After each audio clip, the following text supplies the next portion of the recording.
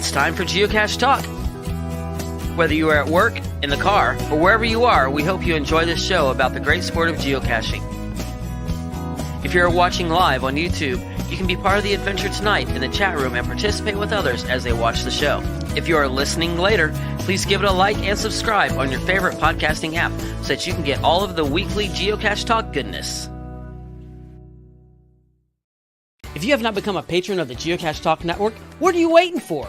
Patron levels start as low as a Bison Tube level at $3 a month. To sign up is easy. Simply go to the Geocache Talk website and click on the Become a Patron button, or go to patreon.com/Geocache Talk.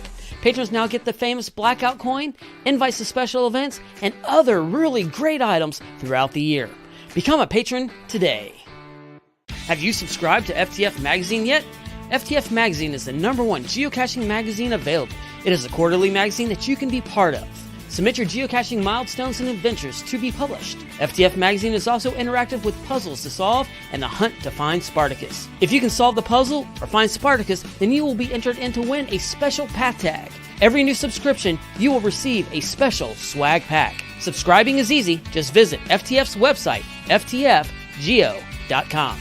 Don't miss out and subscribe today. Big thanks to Baker 6 Clan and our featured patrons, Glowworm77, Bounce Bounce, Poe Ann, Atreides 78723, Logwork, Mika Put, TTO2, O0 Ridland Kids 00, Thumper G and Texas Care Bear, and Gas Station Tuna. And then our new patrons, Alibaba 40 Thieves, Geocacher Ken, and Meg the Pirate. Let's jump right into show 481, I think is right. Possibly. We're just making up numbers now. I think we ought to just make them up every week. Like we're going to like number 300 next week and then 700 after that. Right. That sounds good. No, I think that's accurate. And that's based on every show, including all of our audio shows as well. So anyway, it's just a number. What do we care? But tonight, the show is on our favorite parts of Project GC. And I'm going to repeat this later, but we've already got a comment. I think I used Project GC more than I used at main geocaching site. We're going to talk about that a little bit because I think I just said that like 5 minutes ago. Yeah, you did. And the Bloody Cool said it. So that's pretty funny. Yeah. So it's going to be awesome. We're also going to have some special effects tonight, probably. You're going to hear some CGI dog barking. It's not real. Cool. I don't really have dogs running around my house. We're just piping that in just for fun. Just for fun. Just to make a little bit of just a little extra ambiance out there. Yeah, because why not, right? I mean, right. Chaos. So exactly. Absolutely. All right, let's get this rolling. Let's do a little bit of news.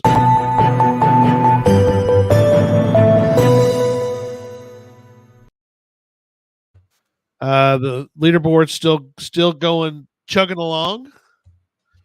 Are you paying close attention to the leaderboard? I don't look at the leaderboard. Sorry. Well, everybody's different, right? There's people. Some people are really into it and planning their days around it. Some people aren't. It's been going on for a while, so you get chances every month. Force Awakens. Congrats on show 1000. Good job, That's everyone. Right. How did he know it was really 1000? Come on. Every time a dog barks, another where I go is found.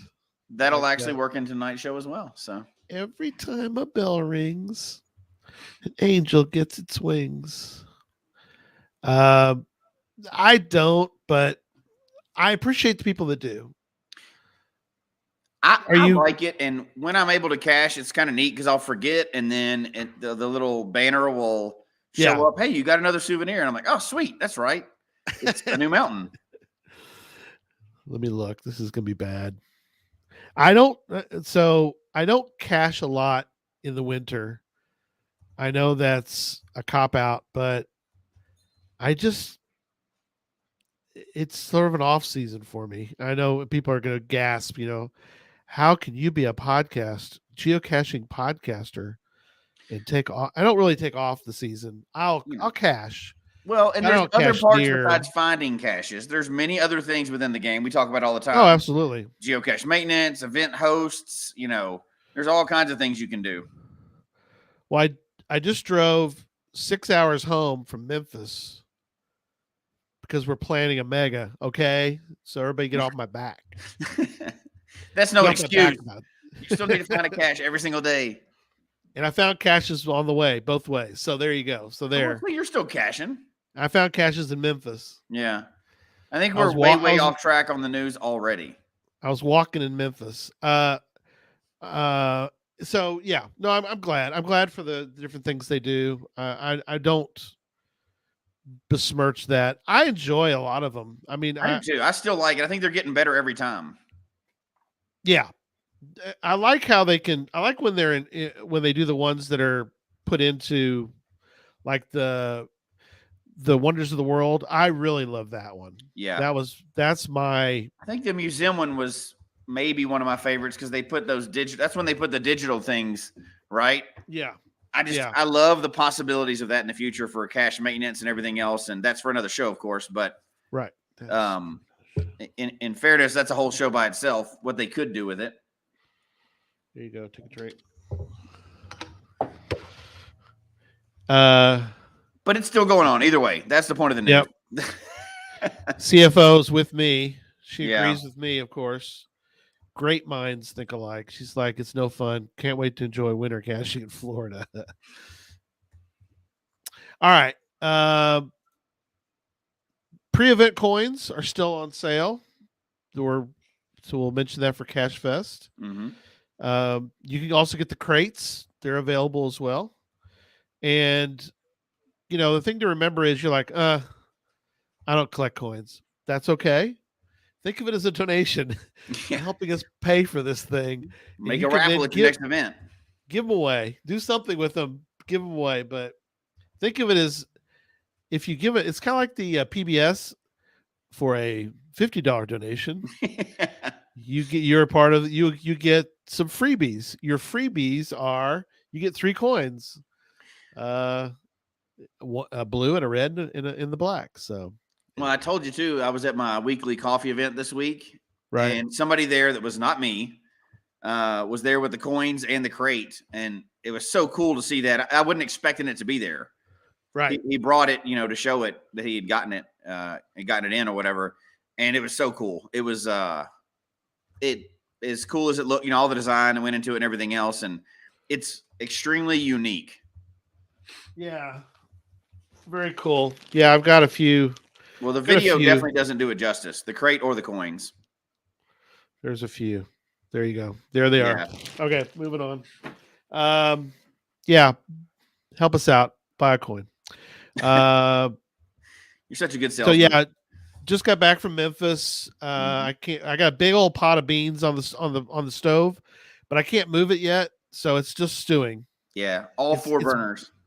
All 4 burners are going. So, but no, it's in all seriousness, we are going to have an unbelievable set of.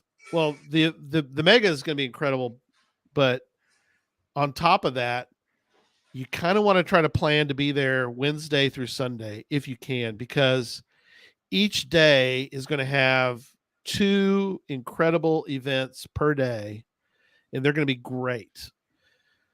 And I know that 2 of them are things that I would venture to say have never been done before in a side event. If they have, they've only been done maybe once. I think you're messing with those beans quite a bit. I am. I think we need to move on to the rest of the news before you mess up. Oh, he's been kicked out of the show because he's messing with stirring the beans too much. Gary is sent to bean jail already. We're like jail. 9 minutes in. You've been sent to bean jail. So just saying, without giving any more detail, you want to try to be here for all the side events because they're going to publish as soon as we can. We're going to get them in there. Sunday, Curious KDB. No, it'll be Sunday morning, and then you can roll out. Roll that beautiful bean footage. Oh no, Gary just spilled the beans. But Derek and I had a very productive weekend. We met with a lot of folk. We met with the Tourism Bureau, JJ out at the Tourism Bureau, and he got us some people to talk to that will help. But yeah, incredible. There's going to be a lot of really neat things that we're going to do. So, and that's not even including the academies. The academies alone are going to be really cool as well.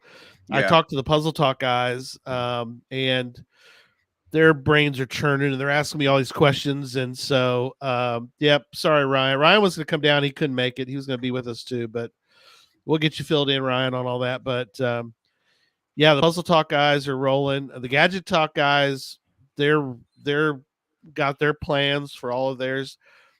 They have a really cool plan in place for, and not completely in place. They're working on getting it in place. Yeah. For their Gadget Talk. And if you've never made a gadget, this is the best time. Well, there's always a good time to do it. But if you've never made a gadget before, a gadget cache, this one you can, because you're going to have people right there with you. Like, so they'll help you through the whole process. And then from there, you might be able to, make more after that. But if you've never made one and you're a little bit unsure, come to Cache Fest and you can definitely make one. Yeah, it's going to be it's not just a mega, just like all of them we've talked about many times before. The mega event has kind of developed into a mega week where people, it's like a vacation. You can do, as long as you can stay, there'll be things to do. And, it's expanded from that one day out to where it's several days and options for people, a lot of, and kid friendly things and things you can do all week, as much or a little as you want and still have fun. Jeff was mentioning about the Challenge Academy, Challenge Talk Academy. Yeah. Puzzle Talk. Challenge Talk Academy. Yeah. And not to be biased, but it'll be the best part. I'm just saying. I don't know. Yeah, there you go. He kicked him out. Oh, yes, he spelled to it. No, biased towards challenges, so it's going to be awesome. We kicked you out for a second there, Jesse. Apparently, that's okay. But you're fine. No, it's going to be great. Yeah, that's going to be the Challenge Talk one's going to be great too. I did the reason the Puzzle Talk came to mind is I was just talking with them about things that they're going to do for that. But the all's going to be good. We've got a bead on the music for that night. We're really excited about that. All of it's going to be announced soon. We just need to get everything done, but should be published soon. We've got, if you have a reservation, and I won't spend more time on this, but I just want to mention, if you have a reservation, what you can do is, when we announce all of the hotels and your reservations with that hotel, we'll need you to go back and just let them know that you don't have to change your reservation. In fact, your price will go down, but you're going to want to go back. Good. Yeah. You'll want to go back and tell them you're here for Cache Fest. They will put you into their system for Cache Fest. Or if you've not made a reservation yet, you'll want to go through our list, click and pick which location you want, because that will help us out greatly, because we need to make sure that they know that you're there for Cache Fest, because that helps us with the Tourism Bureau and with discounts and things that we can get from them. The RV is also, somebody mentioned about RVs. So yeah, RVs that are close by, there's a couple places you can go, but the RV park that's at Shelby Farms, if you're going to bring an RV or you're going to camp, that's a good thing to get done. So more to come on that. Lots more to come. Oh yeah. We'll get you more details. So, all right. So tonight we're going to talk about Project GC, and for those that don't know, there's the website project-gc.com. In case So you up before. yeah, how would you explain Project GC as we get, because we're going to get to some advanced stuff, right? We're Yeah. going to jump into that really fast. But in case there's anybody that's never heard of Project GC, what would be your elevator speech for what is Project GC? Yeah, that's kind of why I want to make sure and bring up the website, because I know we keep talking about it. Be like, well, because it's a little unusual. That's why I wanted to bring it up. Yeah. I would call it the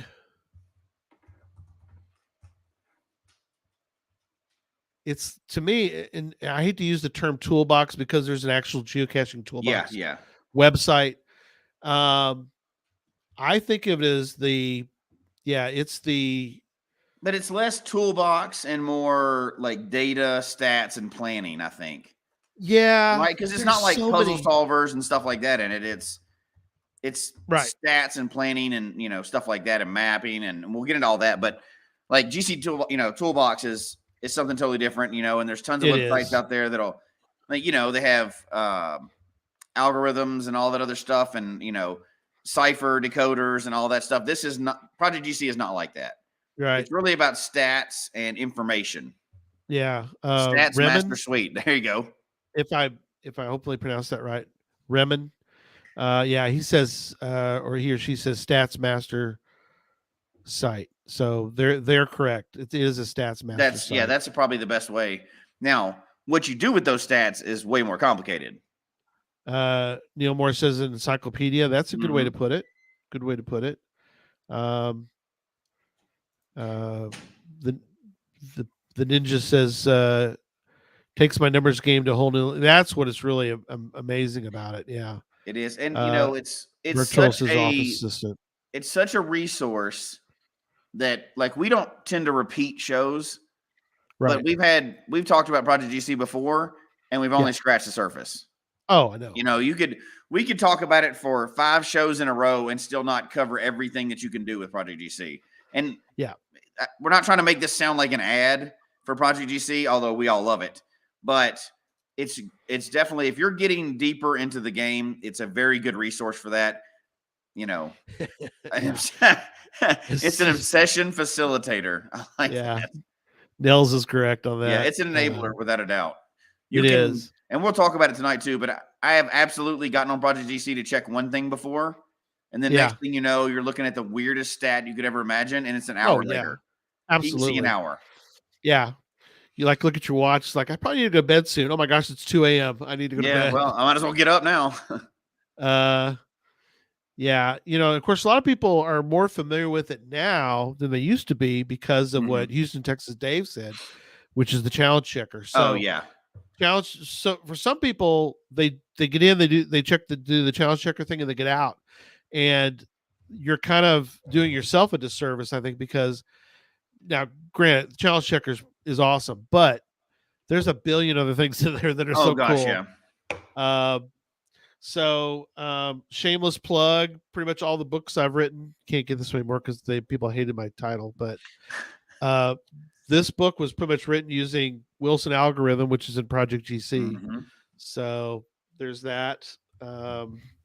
So all right, we're going to get into all the various things, and we're going to kind of talk about why we like the things that we like. And I guess we'll kind of go back and forth, Jesse. I think it's the best way to do this. So, and I think the reason for this is because this is not a, you should do this. No, this is weird ways we use it, and it might spark an idea for you. Exactly. A couple other little housekeeping things about Project GC I wanted to mention at the top, which is make sure you authenticate to it. Even if you're not a paid member, I think you can still authenticate and use that part of it. I don't know, since I've always been a paid member. So. I know. I'm kind of like, it's like, I don't know what to do if you're not a premium member on either that or geocaching.com, but authenticate to it so your stats will be tied in. It's $24 a year US. Please convert to your currency wherever you live in the world because we're an international show. But yeah, Jeff says you have to authenticate for it to know your stats. yeah, yeah, correct. Thanks, Jeff. Appreciate that. Yeah, you want to. You don't have to, but I highly suggest the paid membership because you get so many things. Well, as like part of the geocaching triad or whatever. Yeah. Geocaching.com, Cashly, and Project GC. That's it. I mean, yeah, that's the three. me, and for Apple users, of course, but that is the three things that I use all the time. Everything else comes and goes, and I use tons of other resources, but nothing even comes close to those three. Right. Thanks for being here, Paul. Appreciate you. Jinxer. Simple blood test, nice scan. That's all it is. Yeah, that's it. That's all. No, don't scare him off, Jinxer. That's not good. We can't do that. Okay, so that's our spiel. We don't get paid. They're not a sponsor yet, but that's our thing. All right. Well, they don't have to because we keep talking about how awesome they are. Yeah, and we're going to no matter what. Yeah. I have two types of favorite things about Project GC. So, and then I'll get into specifics, but then I'll turn it over to you and let you do. Yeah, and if we need to, I've got Project GC pulled up, and we'll screencast that as well for people that are watching and not just listening. So, two general types of favorite things about Project GC for me are: one is I find things very useful for me, like all the time, like something I look at daily. We'll get into those, but I also find things that are just interesting because, like you said, I'll get lost in something that I normally would not look at. I mean, I go like if you're doing county challenges, yep, you live and die with, or you should use Project GC all the time. I know all the people I know that do county challenges or county caching, they're doing that. They're using Project GC. My other thing I use is Cache Tour, but that's for another show too. But the things I use every day, or things I use all the time, are the counties, which I'll talk about that later, but also just wandering around and I'll find some magical land in Project GC that I've never seen before. And I'm like, whoa, what is this all about? And then, like you said, hours later, I'm like, oh man, I didn't even know that was in there. So, and they keep up with so many stats. It's fun, and we'll get to it, but I think we'll see how much you admit to tonight. But if you've looked up to see like where you rank at some like weird stat, like most finds on a Tuesday in your state or in your county, and who's got, and they rank it, and you're like, oh, look at that, I'm number 7. So but odd. It's so weird to find out what stats they keep, and then you're like, oh, well, that makes sense. So I'm pulling up Project GC as well, and one of the first things that I think it kind of defaults to, I guess you can probably change your default, you can change everything, is your profile page that they have for you with the little tabs. Tells you your finds, your milestones, FTFs, which aren't really kept anywhere. I mean, there's nowhere on geocaching.com, is there? Did you do FTFs? I don't think. No, geocaching.com does not recognize. They're not going to mess with that official stat. Right. Yeah, but Project GC does, and you can do some really crazy things with FTFs. That's like actually one of the things that I have listed, and I'll get to it. Is that one of your favorites? Yeah. Well, yes and no, and I'll tell you why later, though. But okay, well, you can get it. What you want? You want to get? I'll tell you. FTFs? So yeah, I do like the FTF function on it because I am terrible about, like, I'll go and find some. I do like the race for an FTF. I'm not an FTF hound, but every once in a while we'll get in the race for it, right? And sure, if my daughters or if the CFO is like, you know what, let's go for it. We get the notification. We'll fly and speed and legally speed and do all that other stuff, and do whatever crazy stuff. But then, to me, as soon as I sign that log, the excitement is over. And I won't even remember to put FTF in my log. And then sometimes I don't even, I'll be like, oh, we're going to log this when we get home. and I'll forget for days. Yes. And I have, there's a tab on there. I think it's in tool. Well, hold on, I'll tell you Yes. where it is. You know what I'm talking about already. Oh yeah. It's There's on a profile, forgotten bit of FTF. profile. Yes, forgotten FTF. I can't tell you how many times I've found an FTF that we didn't log from that. Yeah. Because I'll go back every once in a while. I'll go back and look, and I'm like, oh, I got 6 FTFs that I didn't log. Yeah.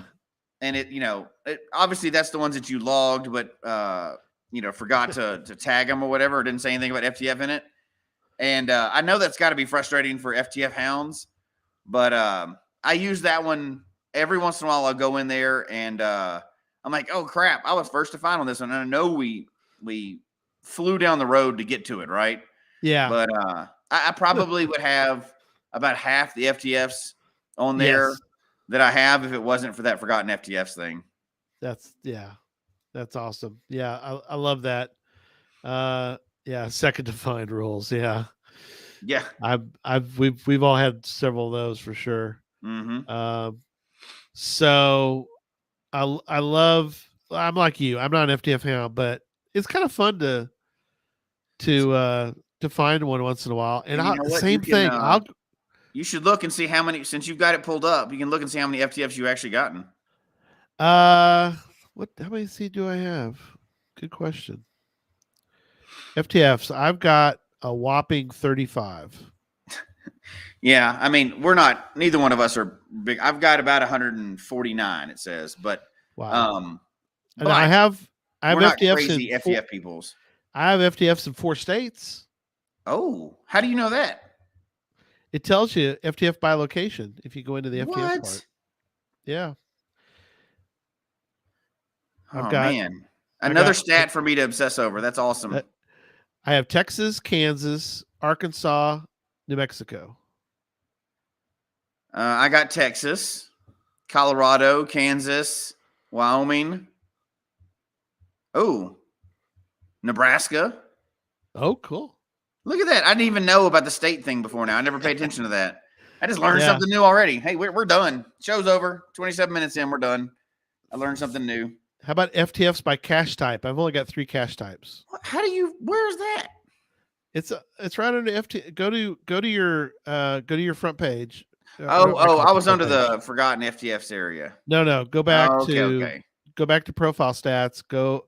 You know how you got the tabs, finds, milestones. Absolutely. FTF. Go to FTF, and it's right there. By cache type. I have 3 cache types is all. I've got traditional, puzzle, multi, letterbox, where I go. Dang. Earth cache. Oh, I even have one too. I did this on purpose to mess with people. I've got one for an event. I stuck the FTF tag in an event one time just to see if people would go crazy about it, and they did. They were like, "You can't FTF an event." I'm like, "You can't tell me that."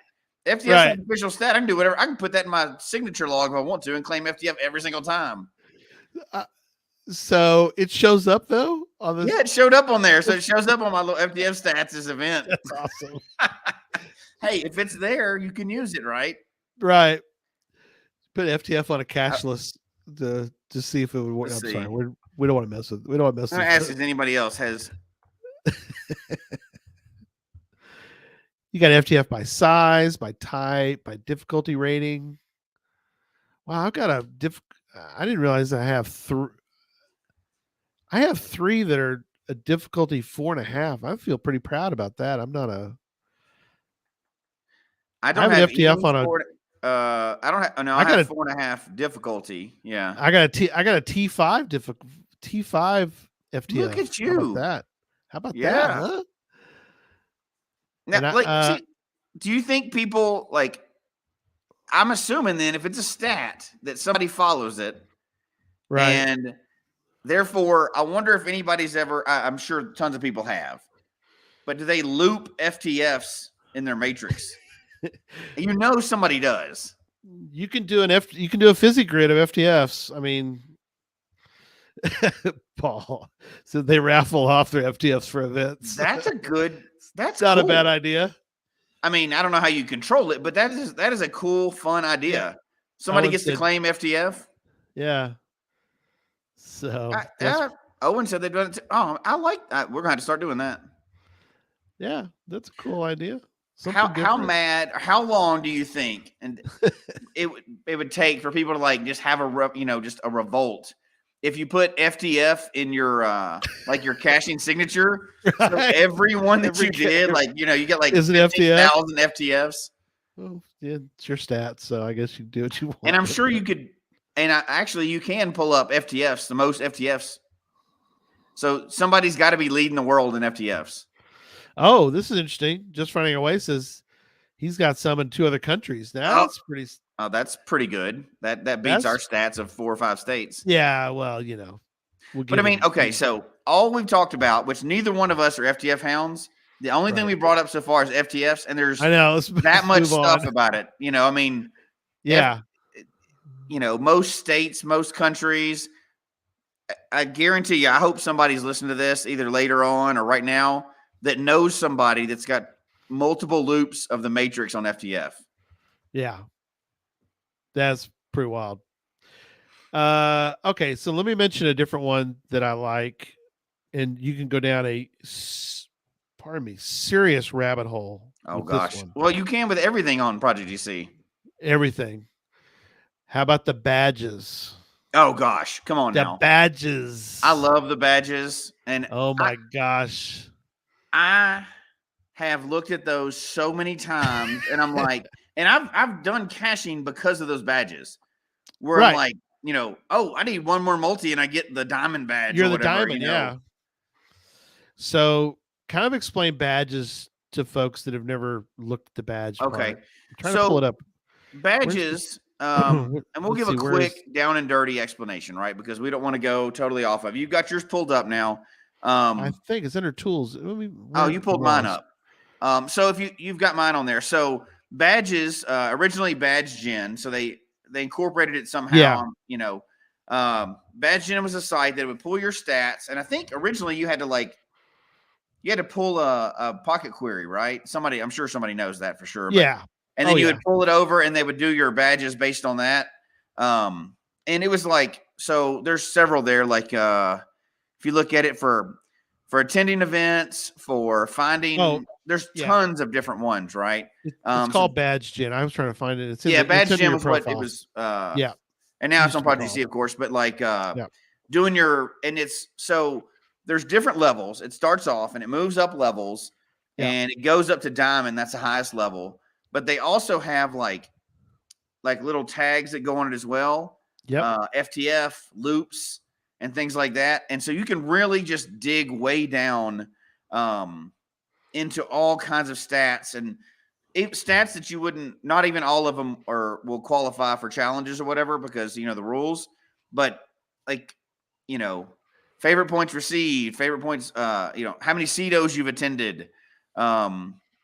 What are some other ones that are on there? What are your favorite badges on there? Well, obviously, if you have diamond, that means you've been to. There's levels, and diamond is the highest level they currently have, I think. So obviously, well, you can loop the diamond as well, right? You can loop the diamond, yeah, but that's sort of the level that. So, like my highest one is for letterboxes. Me too. You and I have looped. That was at the Texas County Challenge last year. We did that whole letterbox trail. It's kind of so it's a lot of letterboxes. 100 and what? Yeah, if you look at your badges there, and I don't know what yours is, but that's diamond, and it's got a little 7. So that's the loops, right? So you can see that like that's 7 loops of it, including some FTFs. So apparently I have an FTF for letterbox too. Cool. And yeah, I have so many in there. Lab caches. So they've added some new ones as well. Oh yeah. My diamond ones, by the way, my next one over from Letterbox for me is Mega. Yeah. I'm pretty proud of that. That's I've attended 11, so I need 9 more to go to another level. So I've been to 11 megas. Oh, you got me beat. I have 11. Oh no, I've attended 11 too. Okay. Probably a lot of the same ones you have, right? So another one I feel proud about is Caching Veteran. I've been caching for Actually, I'm almost up to 20 years. I've been caching for 17 years. Oh wow. Actually, it's longer than that. 06 to 2021.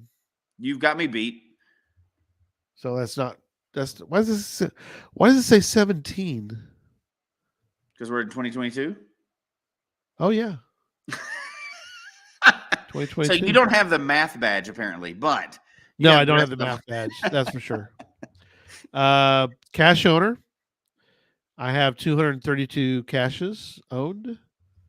I need 168 more for another level. I Right. don't really try to do that one because that's for another show, but I kind of have maxed out at the number I can keep track of. What's that now? I was looking at the fake comment by Neil Moore that he said he's got a giga, which we know that's Oh, fake. Yeah, I have a giga too. that's fake. No, Fake it's real. stats. Fake news. Fake news.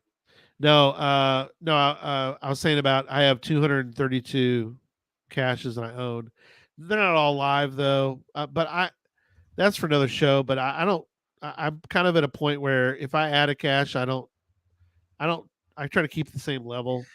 So I've actually archived a few lately. So I feel like at this point I could probably put another cache out. But We should do a there's a show on level. that coming up because I've been doing the same thing. I've been archiving some caches just in case I'm maybe to move from this area to another area or something. Next one over for me in the diamond area is a favorited owner. Now I'm not like Audi or Bounce or anything like that, but I do have 607. You have a lot more than I do. How many favorite points do you have? I'm almost at 2,000. That's cool. But yeah, you know, which seems like a lot until you look at like Chad and Audie and all them, and they've got insane amounts. They're the Uber. They're the Ubers. I mean, yeah, we love them for that.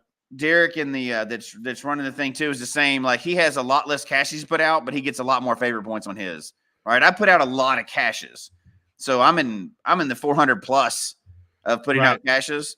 So if you equal, it's like the Wilson score, right? Like if you equal it out, yeah, it equals out, right? So right.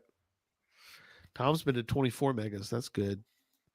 All right, so that's Badge Gen. Badge Gen is a lot of fun. Mm-hmm. You get lost in there, like I said before. What's another place you like to go? Have you tailored your caching ever to Badge Gen? You're like, I need 3 more of these, and I get to move up. I do, but then I usually forget. So in the back of my mind, I try to remember, but no, but I love looking at it because it's fascinating. But somebody said the high altitude badge. Oh yeah. That one makes me so angry. So I'm in the Emerald on high altitude. Oh, high altitude. Yeah, that's an interesting one. I have 4351, but I need 4,500 to go up to a level. Well, I've cached at the highest point, that I can get to without going somewhere extreme, and I'm just kind of stuck there. So yeah, see, mine is I got the Emerald just like you do. I've got 3689. That's probably meters, right? 3,689 meters. Yeah, because it was a cache at about 12,000 something. Yeah, it was your cache. That's right. It was mine. That's kind of cool. A violent explosion. Yeah, that's my highest. That was a Earth cache in Rocky Mountain National Park. Yep. So, yeah. What's long distance? Okay, I gotta stop. I'm getting to. Yeah, well, we could spend an hour. Oh my gosh, just playing with that, right? Easily. Yeah, we can. What's another let's switch. Where else do you like to go? What's another place you? I had to actually write this down because we would go so far down the rabbit hole. So this is one of those weird stats that I came across one time. And here, I'll actually pull it up while we're talking about it. But you know how I said, like, there's those weird stats that you come across and you're like, who would even track this? And then we put out, I'm trying to pull it up right now. Yeah. So there's actually a stat for top images uploaded on your cache. No way. Yeah. And I was like, what? And I didn't really pay attention to it until, we got together as Geocache Talk Network and we put together the images received. The virtual at Mingo. Yeah. So I have almost 5,000 images uploaded on my caches. That's from other people. What You're a like the weird top. stat is that? Are you like the top in the world? No. This is just in Colorado, in my state. I Oh, wonder so what the top in you're the world would be. you're I'm top gonna in the state. now I'm gonna have to look that up. Now you got to look Because it up because take out the it's take got out to the be country. Germany somewhere. I mean, it's going to be Germany, right? Oh yeah, it's got to be somebody. Yeah. So I'll look up Shout out to our U.S. German first, friends. but Yeah. By the way, you need to be premium if you're going to want to pull a lot of these things up, and we'll let you. look at that. Geocaching HQ has almost 85,000 pictures uploaded to their caches. That's So insane, right? I mean, obviously that's not a person. They're the winners. Who's next? Who's the one below them? Team Family Affair at 35,000. Dang. Like that's insane, right? I mean, and that's so that's under, I believe that's under tools, right? Is that under tools? No, it's under statistics, and then under hide stats, it's called top images received. Top images received. That's interesting. And I think I found that one by accident because there's another stat about who has uploaded the most photos themselves, like how many you have uploaded. Right. Like how weird is that? But once you find that, you're going to go back and check it again. Right? Like here's the mountain bike got a bunch. Cacher stats, top most log images. So, I mean, I don't know who needs to know that. How obscure is that? But so here's my state for who's uploaded the most images to geocaching.com. And again, I guarantee you there's somebody that's competitive and watches that stat. There's no doubt about it. So you're looking at people in Colorado who have uploaded to HQ. Yeah. And one of the cool things, if you haven't gotten in and played Project GC so much, you put your name in there and it shows automatically like where you rank and whatever. Yeah.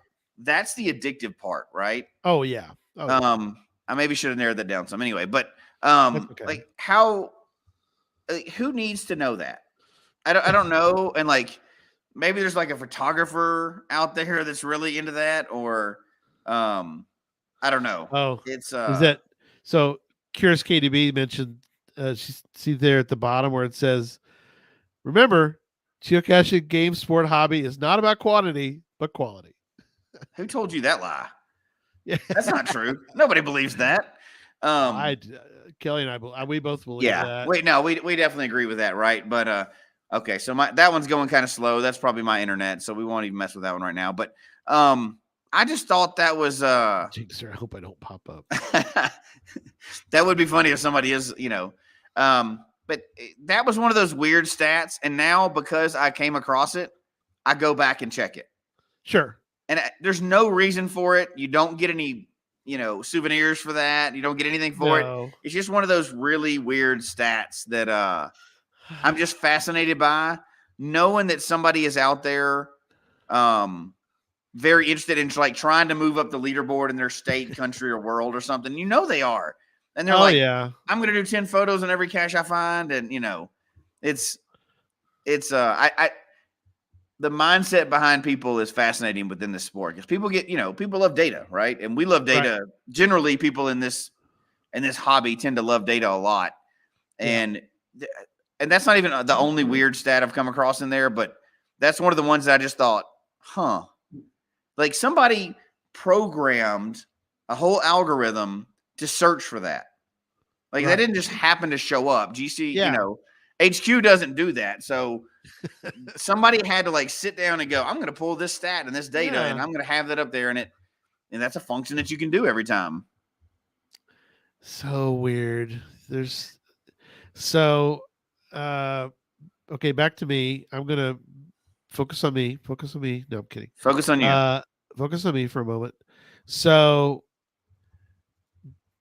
you probably have seen this. I'm kidding about that part, but have you ever gone into tools and you're like, what is this? Many times I do that in Project GC, like, what is this? Mm-hmm. So have you clicked on the what's hot ? I have. I don't go there very often, but I have done that. And so I'm like, oh, what's hot? And so when you click on it and you go to typically your country, it's going to tell you caches that are currently what they call hot in air quotes, air bunnies. And I think what they mean by that is it's being found frequently. Like all of a sudden, it just sort of the algorithm sees it and goes, "Oh, like maybe there was an event nearby and 30 people find this cache. All of a sudden, it's Right. going to show up on the hot list." So it's kind of like a weird algorithm hot list type thing. Yeah, I know. But if you go in there, you're going to see like caches and there's one in Colorado that's hot right now. Let me see. I can pull it up.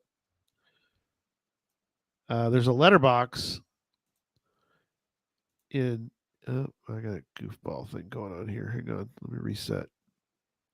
It's the one thing about the maps. I don't know if you Mhm. noticed. In fact, let me pull my page up, and again, we're going to get into. Oh, the maps you can play with so long too, right?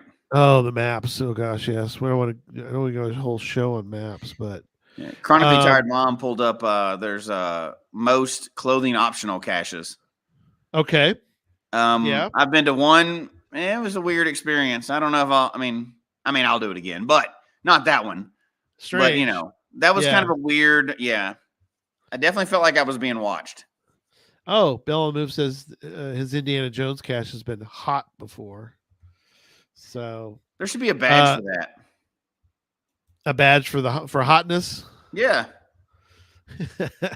So over here on this corner here, there's different things you can do. There's a measure distances. There's a lot of little tools. If I clicked on that measure distance accidentally, and that's what got me kind of goofy here. So Yeah. but let me go into Colorado. Apparently, there's this Fred's Free Library and Travel Bug Hotel. Huh. And It's currently, down in South Denver. yeah, for some reason it's hot. I'm going to pull it up and we can see what it's What is the like criteria to make one of these hot? I don't know. It says I haven't. magic algorithms. Yeah, I haven't gone through and done all the research on this one. I probably need to because I come in here periodically because I'm like, oh, cool. Not with the wrong one. Hang on, let me go to this other one. Yeah, Owen brought up a good one too. While you're talking about that one, Yeah, go ahead. Find my owner. I for some reason that's fascinating to me too. Like on your own caches, who has found your caches the most? Yes. And whose caches you have found the most of? And Janice, Jerry's asking. It's under tools. Yep, the under tools major category. Yeah, and it's like the third one down on tools. Yeah. So here's the. Why am I not logged in? That's weird. And my password's gonna be all dots. So make sure if you want to steal my password, you can do that. Use all dots. It's all dots. Yeah, didn't know if you knew that or not. Let's see if it'll pull up now. Yeah, there we go. So I can stop sharing that screen. Oh, Jinxer said that's a gadget letterbox little library. That makes sense. Oh, okay. Cool. Yeah. But why is it all of a sudden? Let me take a look. I'm going to pull it up. So here we go. So there it is. I assume it's been found brand today. new, isn't it? Oh, let me see. It is, 1/15 of this year. It's already got 15 favorites. So 15 favorites in 15 days. That's pretty good. Well, that's why it's hot then. That's why it's hot, apparently. Oh, I know who that is. You know who this people Yeah, are? I know the cacher. Oh, cool. It's got a certitude on there too. Okay. Enter the library charter number into certitude for a sport. Oh, they got video on there. That's a cool idea. That's a well done cache. What a good idea. Yeah, I like that. It's a clever idea to make an extra little bonus thing. So it's getting favorite points. Geocaching vlogger. Oh, he says he can't wait to visit. Okay, good. He didn't. Yeah. So that's good. Only Wow. one person has used the certitude. To get the bonus, right? Only person got the bonus Why cache, would you the not bonus do that? video. I would definitely do that. Yeah, I would too. If you know what the Jinxer's found it. Look at this. Yep. There she is. And look at look at that. Look at that log. God, it's lame. I'm kidding. I'm kidding. I can say that. I know we're enough. You're not supposed to bully people listening to the show. That's not good. We had a funny moment. I'll get back to your thing, but thumbs down. No, come on, don't do it. No, don't do the thumbs down. You just unring the bell. Unring the bell. She's done. She's out. No, Yeah. we were just since Jinxer outed him, I'll say it is one of our reviewers that did that cache. Oh, cool. But his accounts, that the reviewer's account is public, so everybody knows who it is. So it's not like it's a secret. The GC is 9D as in difficulty, 6Y as in Yuma, which is coming up here shortly, the Yuma Mega, and Q as in query. GC 9D 6YQ. Mm-hmm. No, it's funny. We're in 15 logs and 15 favorite points. It's hard to beat that. Yeah, that's hot. It's hot right there. No, we were in Colby, and we're just at the Starbucks. You know that little Starbucks in the travel center there. We're standing there, and I was like standing right next to her. I was like tapped her on the shoulder. It's like, oh, there you. It's like we didn't know it. We were standing right next to each other at So me and Jinxer were standing 3 feet away and didn't even know it for a minute until I realized. That's funny. It. So just funny how we run into people.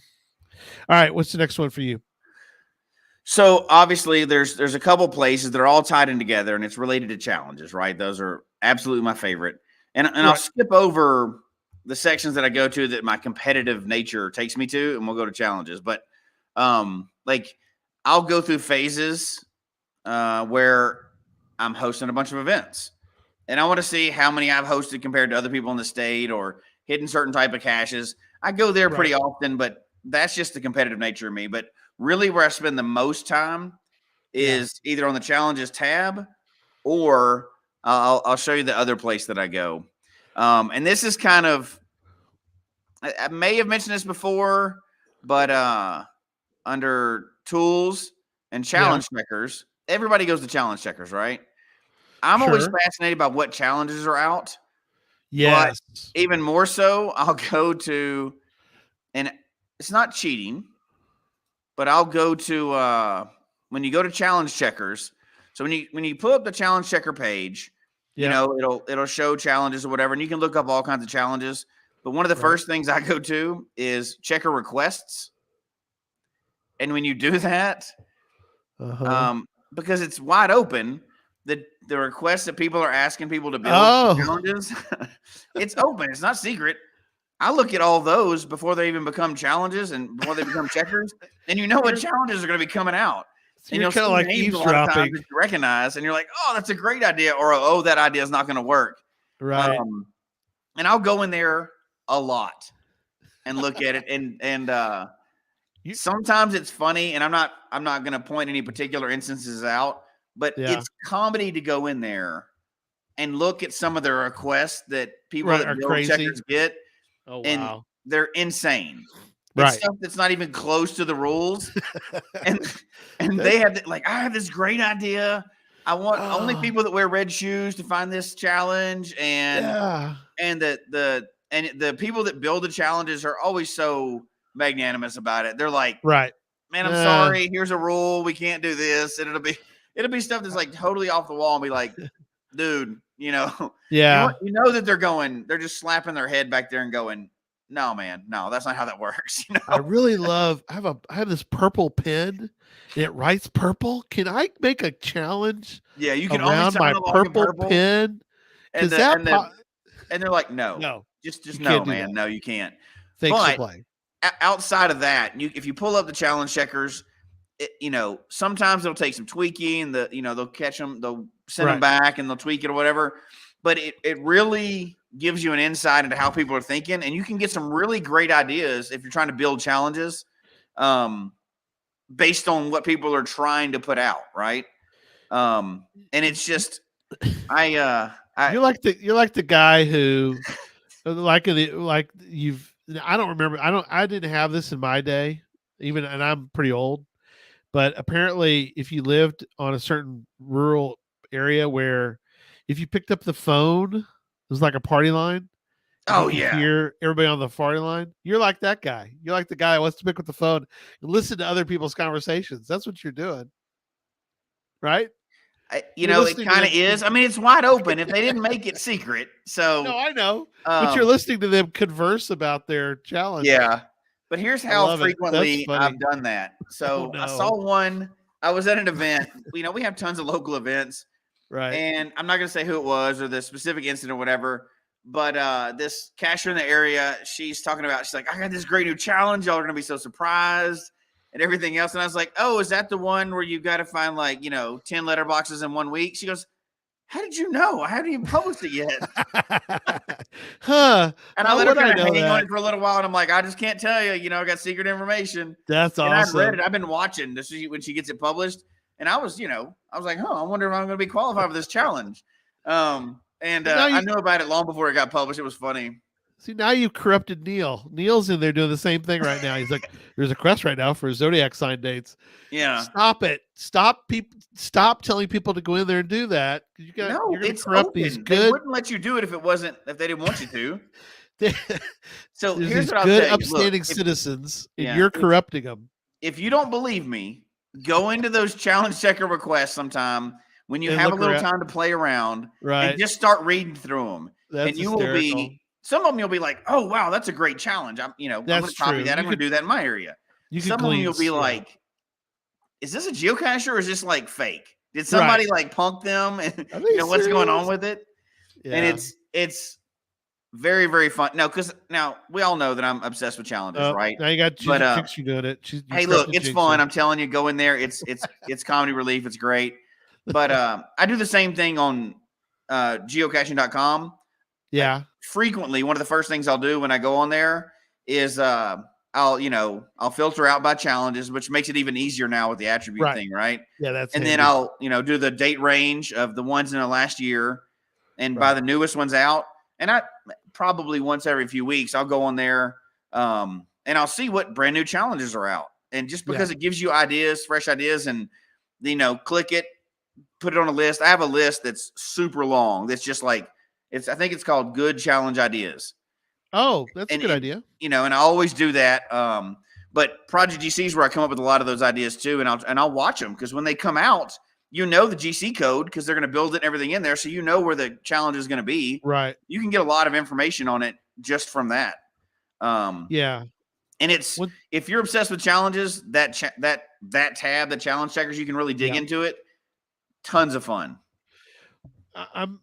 I'm not as big into challenges as you guys are, but there's one thing I do pretty much now. Every time I travel anywhere, I go into the challenger map, and that's something Darren I wanted to point out. Yes, Darren mentioned about it's worth the money, right? Just to have the challenge checker map. So let me pull a challenge checker up real fast.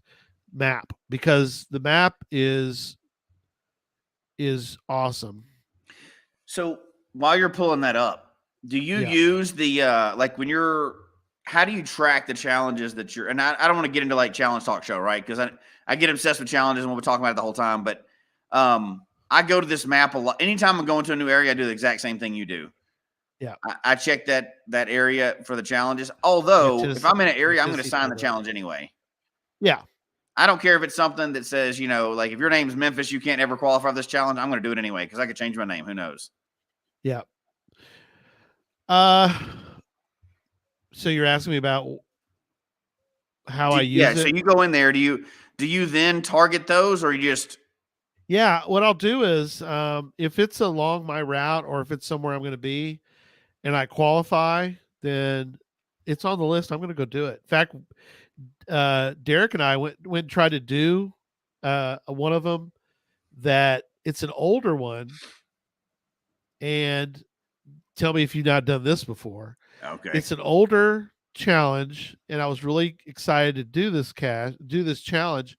We get there, and it's like the area is completely changed, and Mhm. now you have to be like an employee to get to the location. Oh dear. Like, yeah. So I guess we could have tried to walked in or something, but we just found we tried 3 or 4 different ways to get to where the cache was, and we're like, we got other things to do. Let's just give up. So we gave up. But yeah, so what I like going to, I've got the page pulled up, but Mhm. I like checking these. So Oh, there's all if kinds it's, of ones that you can go get. I know, look at all those. So this is in Tennessee, and we're in Memphis. So Oh, you did one in Memphis, it looks like. Oh no, you didn't sign it. I didn't sign it. And for But people that don't know what he's and because there's a lot of Yeah. audio listeners, right? So the map that you've got pulled up, it's got the challenges in the area. If they have a checker, which all of them do now, it Right. wouldn't necessarily apply to the old ones, right? But it'll show the challenge icon on the map. Yep. Then if you're qualified for it, if you can zoom in, people that are watching can see it, but there's a little green check that shows that you're qualified. And if notice too, it puts a little pencil by it because I put a note on it that and if you've once you log it, it'll show a little smiley on there as well. Yeah. I don't have any in Tennessee that I've signed, but you get the idea. I love it. I just did Tennessee. I didn't do any other states because that's where I was headed. But yeah, there's several I could probably go do. Jackson's got a bunch of them. Yeah. So I qualify for all these, so I could go. I got a bunch over here. I could go do. Look at that! You got a bunch of them you can do. Yeah, I could go do a whole. What's the blue mean? I don't qualify yet, or it doesn't? I have to zoom in on it. It may be an old challenge. I have to check it. I can't get any. I can't make it any bigger. Jeff probably knows. Probably means you probably need to check it. Does that what it means? I probably need to run the checker on it. That's possibly what it is. I think it runs automatically, but that may be an old one that doesn't have a challenge. Yeah, that's Huh. No, it's got a checker on it, but anyway. Anyway, we'll get on sidetrack. Jeff can cover that one. Yeah. But fascinating. It is, but now we're going to pull back the curtain here, and we'll see how you answer this question. Are you more excited by challenges you're qualified for or not qualified for? Oh, yeah. I do the ones that I'm. Well, I look at the whole thing, but I don't sign ones that I'm not qualified for unless I'm with you. Oh my gosh, that's the best one to sign. It's just a reward cache if you're already qualified for it. It's not a challenge if you've already, it is a challenge, but it's not really. It's more of a. I look at it more from the reward side. Yeah. Now, saying that though, if I'm with somebody that I feel like they're signing it, and I'm like, well, what did what all was it for qualified for? Oh, there we go. Hasn't been tested recently. Okay, thank you. Thanks, James, for your way. Now, if it interests me, then I'll go. Oh, I'll make a note and I'll go try to figure out how to finish it so I can qualify for it. Yeah, I'll be honest. I love the ones that I think there's no chance I will ever qualify for this one. I love to sign that because next thing you know, like 2 years later, you're like, look at this. I'm almost qualified for this. Yeah. And I found several because I'm not good with the details. I'm all over the place all the time, obviously. But I every once in a while, I'll go back and check my challenge caches or whatever. Yeah. And it's one that I've like signed years ago and now unintentionally I qualified for just by caching all over the place and stuff like that. And you'll go, oh, sweet. You may have been qualified for it for 6 months and you didn't even know it. Didn't even know it. I guess I got to go sign my, I got to go log it online now. Yep. You got to, I will,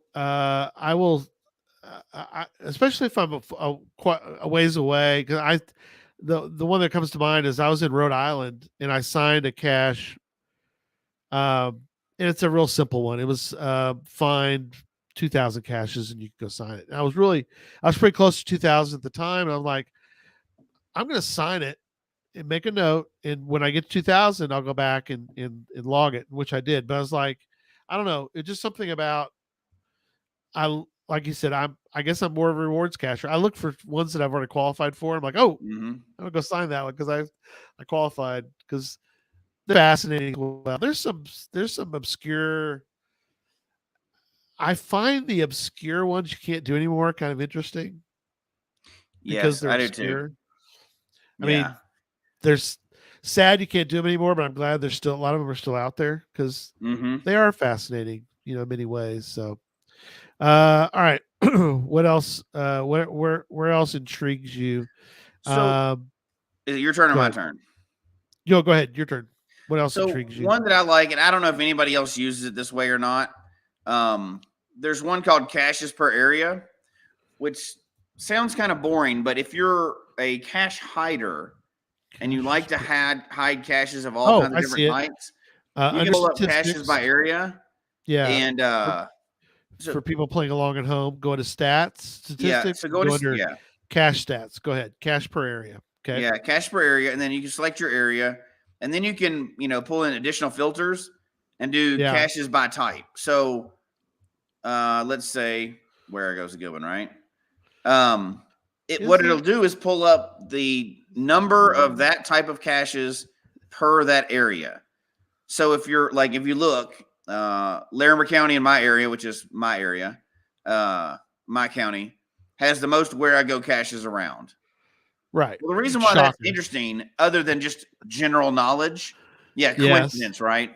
But so it doesn't count archived caches. It's only current or disabled caches, right? So ones that are gone away aren't there. The reason why that's interesting is if you like to populate an area around you with different types of caches, you can see what it's saturated with. Oh, yeah. So obviously every area is saturated with traditionals, but hey, we only have 3 multis in the county, or that next county over needs more multis. So if you're a big time cache hider and you want to kind of like have all types of caches, it's that's an interesting page to use. It also works. So if you go back, it also works with the additional filters. So let's take cache type and size off there. You can do it for difficulty terrain. So you can select and see what area has the most of a certain cache or what has nothing of a certain kind. Like if there's no there's no 2 4s in your area. Yeah. Well, that's probably a good cache if you want to help, improve the game board. I love that. And I've done that in different ways before of hey, we don't have any 1.5 3s here. Right. Well, we need something good like that. So what can I come up with that would actually meet that criteria? Now, I'm not talking about, BS caches where you just make the matrix in the parking lot. I'm talking about real caches, right? Yeah, that's good. So, there's if you look in the state, well, there's no 1.5 4s of multis in this whole state. Well, crap. Right. I need to target that for my next one. Yep.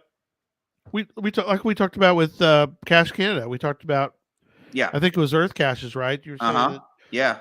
Colorado is the only one that has an Earth cache with this particular type of attribute.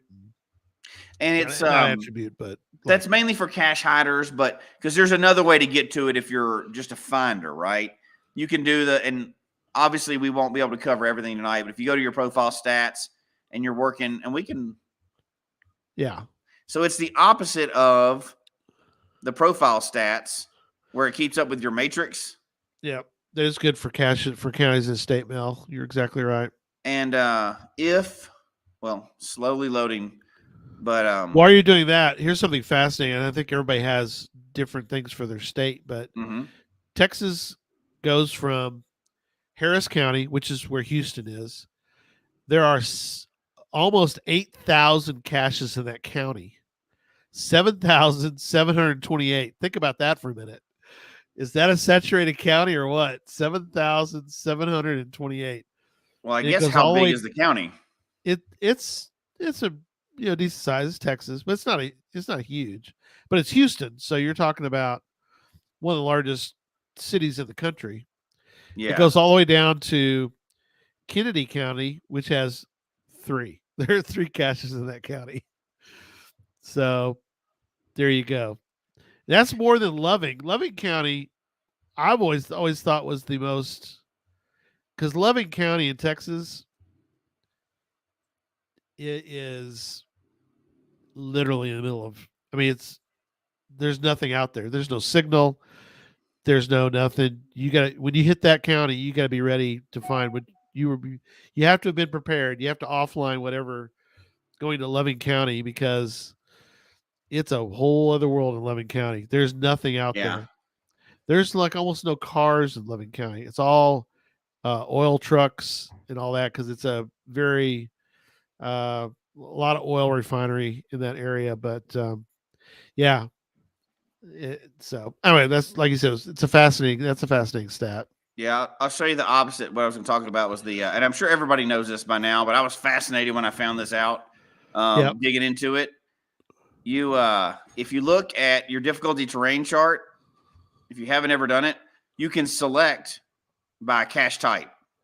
Oh yes, I love that, and I love that. I know we may have talked about it before, but for me, that's just fascinating that you can, well, I'm trying to fill out my fizzy of virtuals.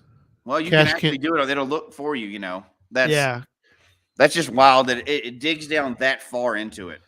Something that Cache Canada really worked on, is a fun thing they worked on, was doing a fizzy grid of earth caches, because that's just something interesting for them. So yeah, in case anybody was wondering, Derek put in our notes that 568 caches in Shelby County. So you'll be busy this coming July. I'll say this year, July.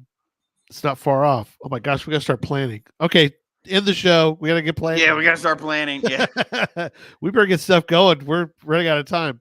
All right, I love that. Of course, the stat for me that I always look at I'm always fast on my favorite points. Obviously, I've written several books on the Wilson. That to me is always interesting. Lonely caches also interest me. Oh yeah. And not found caches is one of them too. Not found too is interesting to a point, but a lot of them are really like uber difficult puzzles, and I'm not a uber difficult puzzle worker. I'm not going to work them. I'll work puzzles that I feel like I can have a chance. But you can do it by cache type as well. You can. No, I agree. Like I've looked at that before. Cache type. You can do difficulty terrain. You can do all kinds of stuff. But yeah, some of those puzzles to me, I'm stumped. Maybe the Puzzle Talk guys can do it, but I have a limitation on puzzles. There's some that I just if I'm sitting there for an hour and I can't figure out where to start, I'm going to move on. Well, yeah. Lonely caches, though. We had the gentleman on that talked about lonely caches. Lonely caches, lonelycache.com. Yeah, remember we had that. We did that show about that. I'm surprised that there are certain caches in Texas that are lonely, really, for no.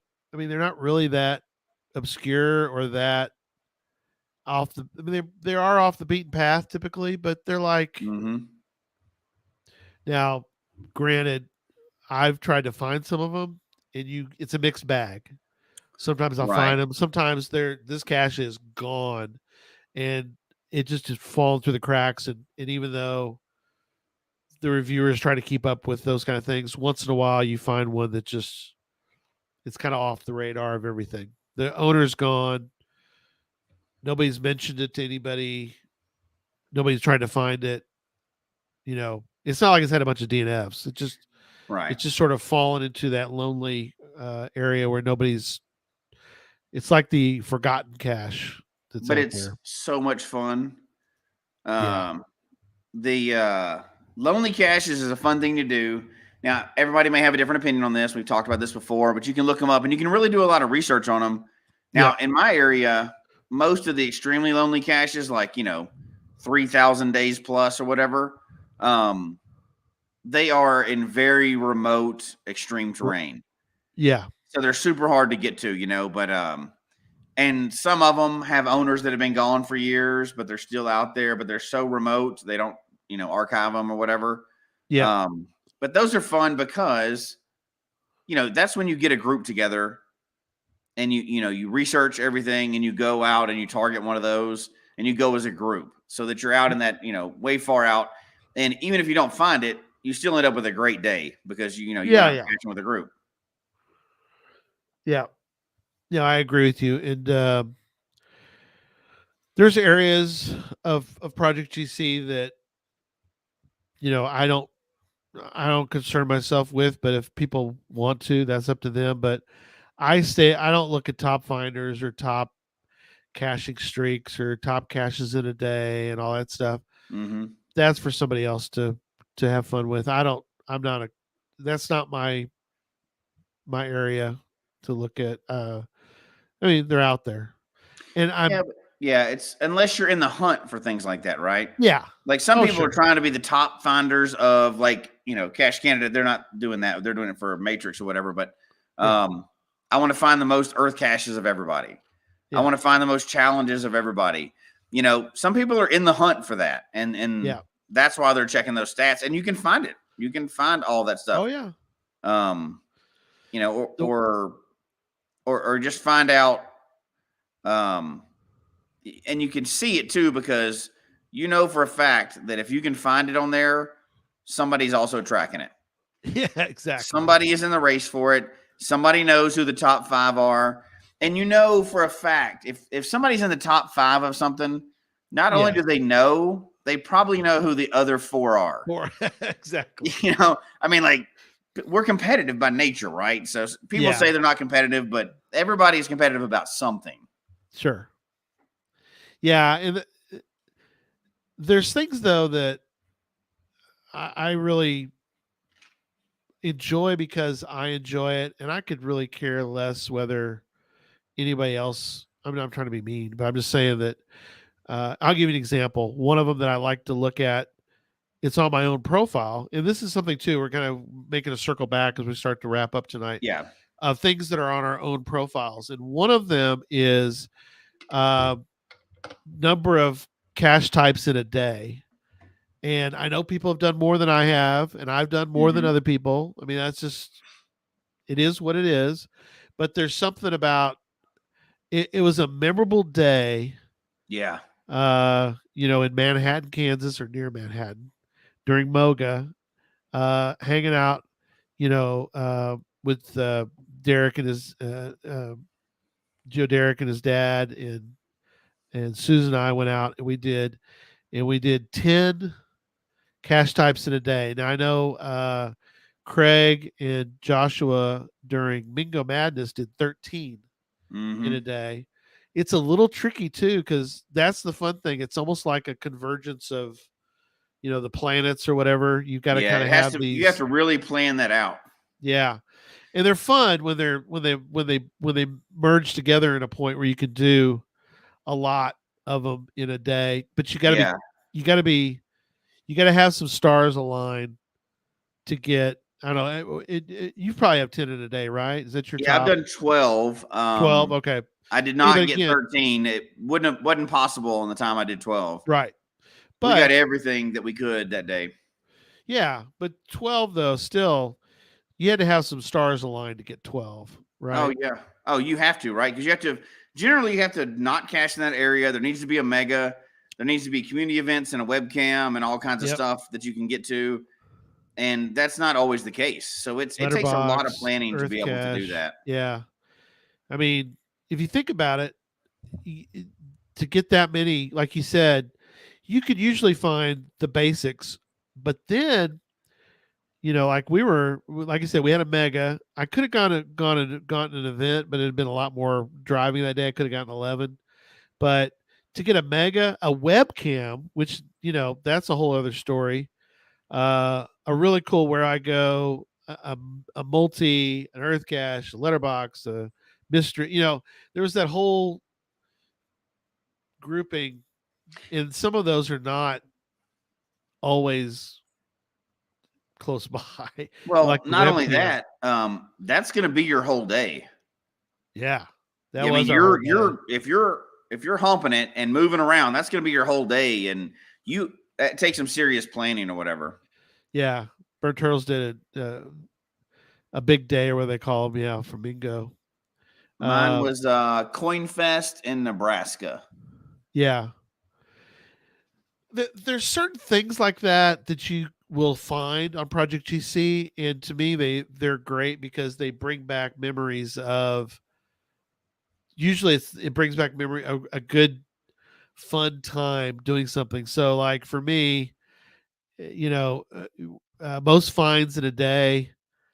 Some people have unbelievable numbers for that. And is that what is that? No, what do you think that is? That is a That's weird FTF. Oh crap! I just said it.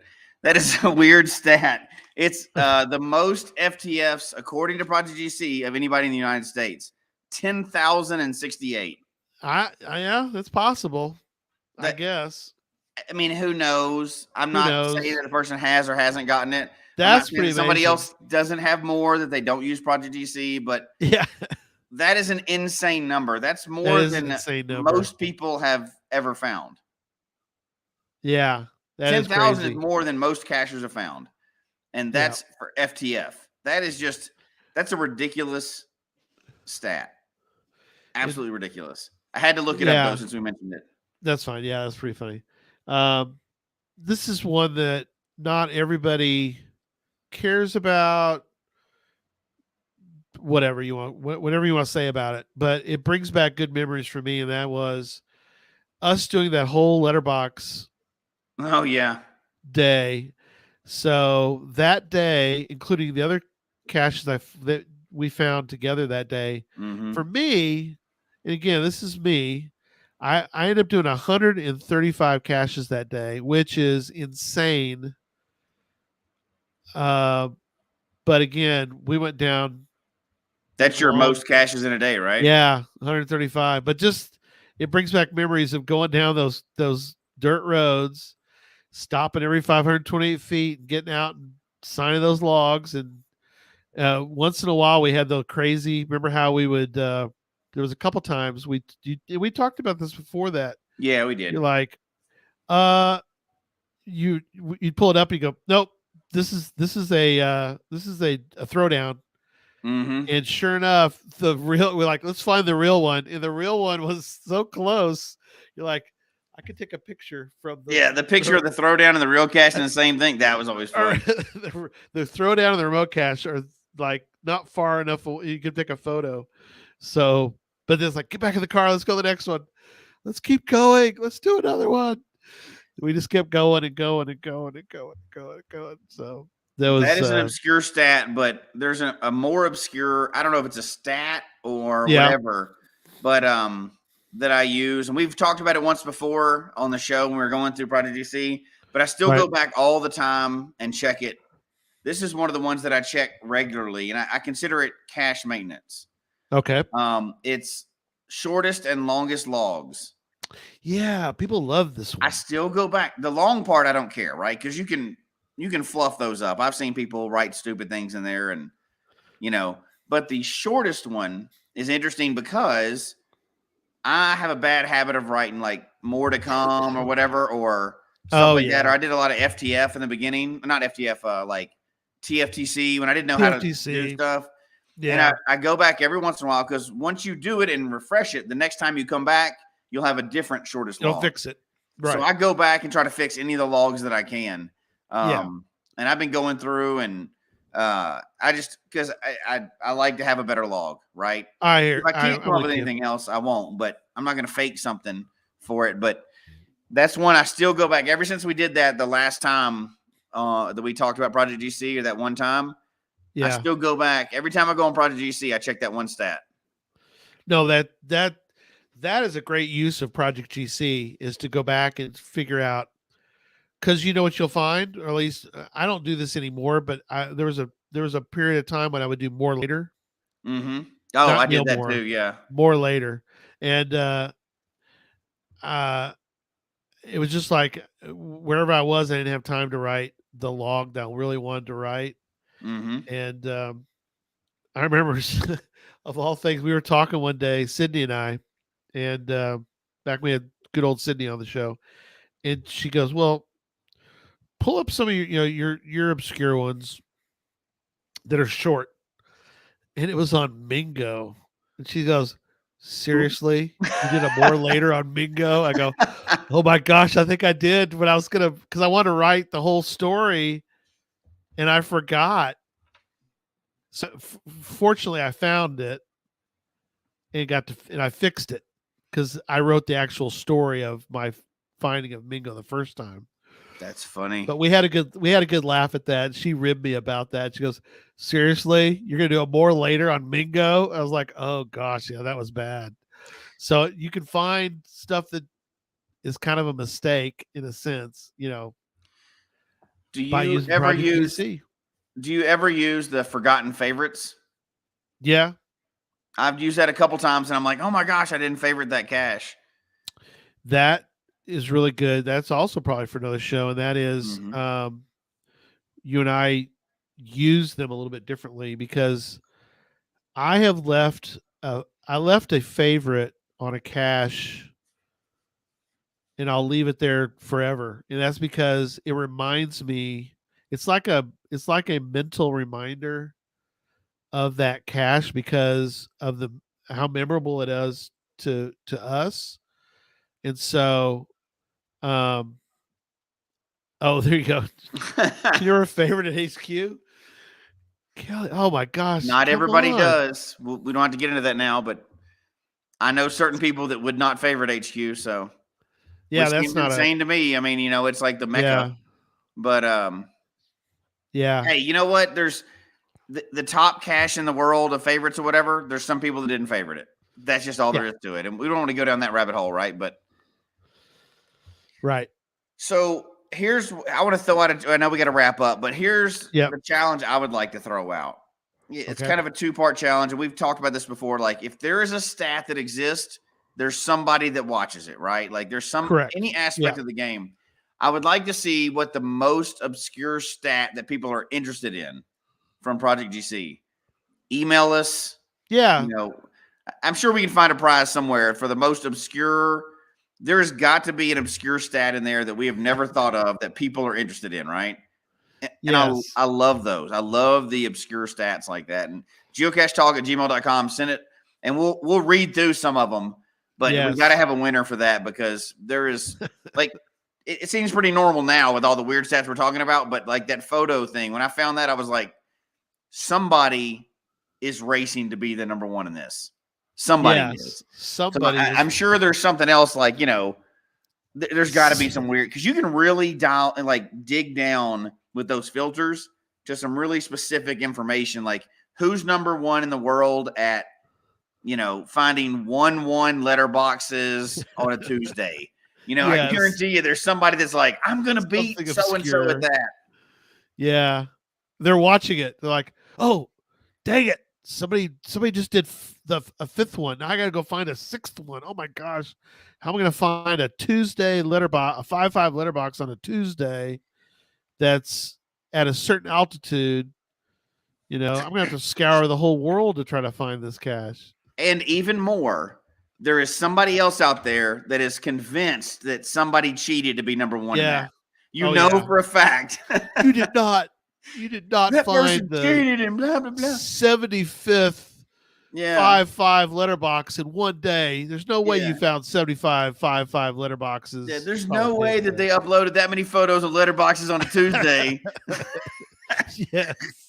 And there's probably a Facebook group hating that person for that Right. stat. Is there a group, is, right, but that are hating on that one stat? yeah. Yeah. The letterbox, the truth will be out on letterbox. The truth. Look at that. The person to put the word fart in the most. Okay, let me qualify real quick. The weirdest stat that you can track on Project GC. So we got to have a way to be able to look it up. Yes. Yeah. So we got to have it. If you can look that up on Project, and then we just got to do it. And You gotta show you know what? it. That Yeah, could be a whole hilarious segment that we could do because I guarantee you people know some weird stuff. They may not want to admit it.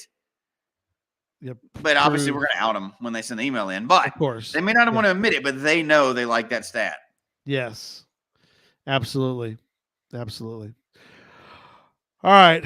Well, that was a fun show. We'll periodically dive into Project GC because it's just so much fun. So coming up Tuesday, the Gadget Boys will be back. This week's Gadget Talk on Tuesday night is on designing a smart cache. So looking forward to that. Next Sunday is Challenge Talk. Woo. So looking forward to that. Gadget Talk then back on the 8th, February 8th, and then we're going to be back on February 13th. And preliminarily, we're going to cover some things for the Cache Fest. For that, we're going to do an update for everybody since we're doing a couple of those prior to, because it's not far away. The thing that's not far away also to remember is getting in whatever you want to purchase, because there's a point. I'm just going to tell you, we don't have an exact date yet. I'm going to guesstimate it's going to be around May, but we got time before that hits. It may be earlier than that because it's taking longer and longer to get things in the mail for things. So it could be in April. Who knows?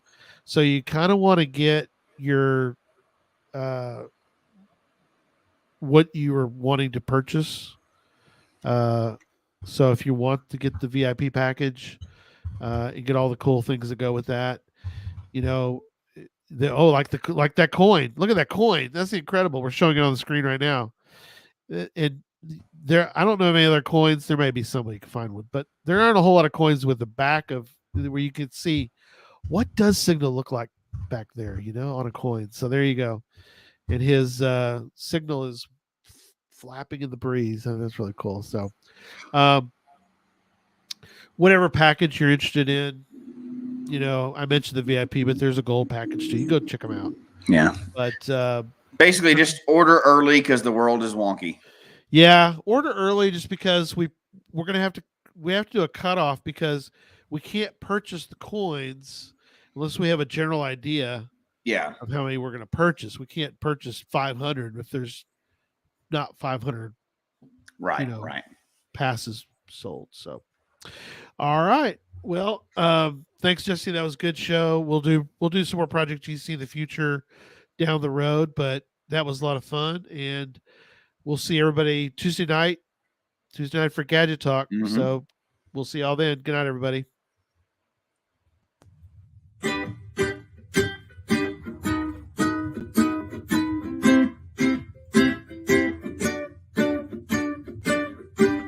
May your finds be many and your DNFs be few. May the terrain and difficulty both be less than 2. And whatever it is you're looking for, may it find its way to you. And may we all meet again. Folks, we hope you've enjoyed the show tonight. Please email us your comments at geocachetalk@gmail.com. Don't forget to follow us on Twitter, Instagram, and Facebook. The show can be found on Apple Podcasts, Stitcher, Radio Public, or Spotify, as well as at the Geocache Talk website. Don't forget to click that subscribe button below and ring that bell notification so that you can see and hear the show on a weekly basis. And tell your friends about the show. Get them involved with us in the chat room. And until next week, don't just talk about geocaching, go geocaching.